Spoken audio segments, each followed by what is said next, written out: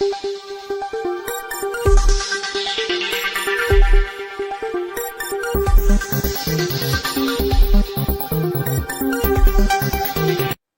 کی ہماری یہ نشست ہب چوکی کے رابطہ مرکز میں محترم حافظ منصور مینگل صاحب اور مفتی عبدالودود صاحب اور دیگر معزز علماء کرام کے سرکردگی میں جو منعقد ہوئی ہے، در حقیقت آج کی اس نشست کا مقصد یہ ہے کہ جو پروگرام ہم نے جمعیت علماء اسلام کے احیاء کے حوالے سے شروع کیا ہے، اس کو یہاں پر بھی باقاعدہ فروغ دی جائے اور اس کو تقویت دی جائے، اور اس احیاء کے پیغام کو باقاعدہ عام جو یہاں کے باشندگان ہیں ان تک پہنچایا جائے، اور خاص طور پر جمعیت علماء اسلام کے نام سے جو بھی وابستہ حضرات ہیں، پھر چاہے وہ جمعیت علماء اسلام فے گروپ سے تعلق رکھتے ہو یا جمعیت علماء اسلام کے دیگر لاحقوں کے ساتھ جماعت سے وابستہ حضرات ہیں، ان سب تک یہ پیغام پہنچے کہ جمعیت علماء اسلام کے بنیادی اغراض و مقاصد، جس کی بنیاد پر ہمارے بنیادی اکابرین نے جماعت کی بنیاد ڈالی تھی، وہ افکار اور نظریات اس وقت جماعت سے مفقود ہو چکے ہیں۔ جماعت کی بنیاد جمعیت علماء اسلام کے ذریعے عوام میں سیاست کے راستے سنجیدہ عمل کو فروغ دینا تھا، جبکہ بعد میں یہ سنجیدہ عمل کو فروغ دینے کا یہ عمل کہ جس سے باقاعدہ سیاست شرعیہ کہا جاتا ہے، وہ سیاست شرعیہ سے ہٹ کر سیاست تجارتی بن گیا۔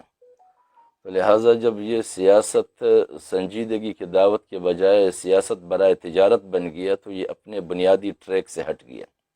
اس لیے ہمارے اکابرین میں سے حضرت مولانا محمد خان شیرانی صاحب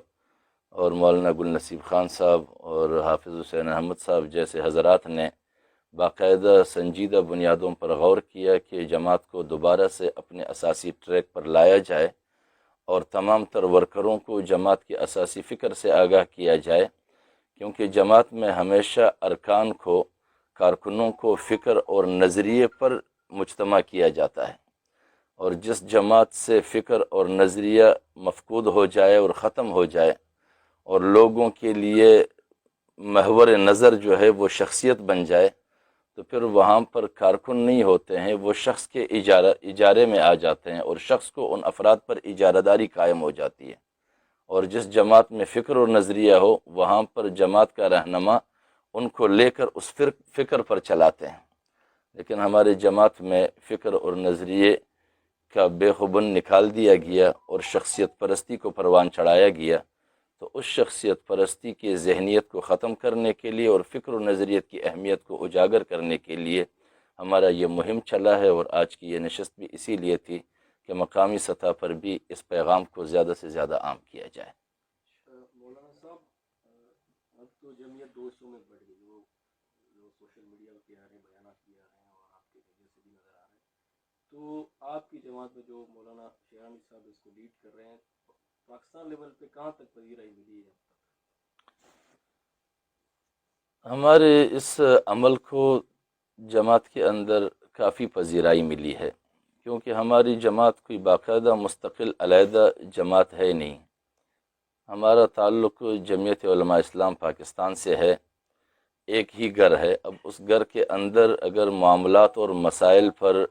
کوئی ناجائز گرفت کرتا ہے اور ان وسائل کو جماعت کے ناجائز استعمال کرتے ہیں، تو دوسرے ساتھی ان کے راستے کے تعین کے لیے آواز اٹھاتے ہیں۔ تو ہم نے جو اس وقت آواز اٹھائی ہے، تقریباً جماعت میں ایک زمانہ ایسا تھا کہ جماعت کے سرکردہ افراد کے بارے میں سوال اٹھانا تو بالکل کفر سمجھا جاتا تھا، لیکن اس وقت سوال اٹھانے کو سنجیدہ عمل سمجھا جاتا ہے، اور یہ سنجیدہ عمل سمجھ جانے کی جو روش ہے، یہ تقریباً جماعتی افرادی قوت میں 80% کو پہنچ چکا ہے، اور اس میں سے 50% جو ہے وہ باقاعدہ زبانی کہتے ہیں کہ باقاعدہ ناجائز ہو رہا ہے، جماعت سے فکر و نظریہ کا صفایا ہو چکا ہے، اور تقریباً 40% حضرات باقاعدہ عملی طور پر میدان میں اترے ہیں، جو اس وقت اس مہم کا حصہ ہے اور چل رہے ہیں۔ مولانا صاحب، جمعیت سے وابستہ ایسے سادہ لوگ کارکن ہیں، ان کو ابھی تک یہ سمجھ نہیں آ رہی کہ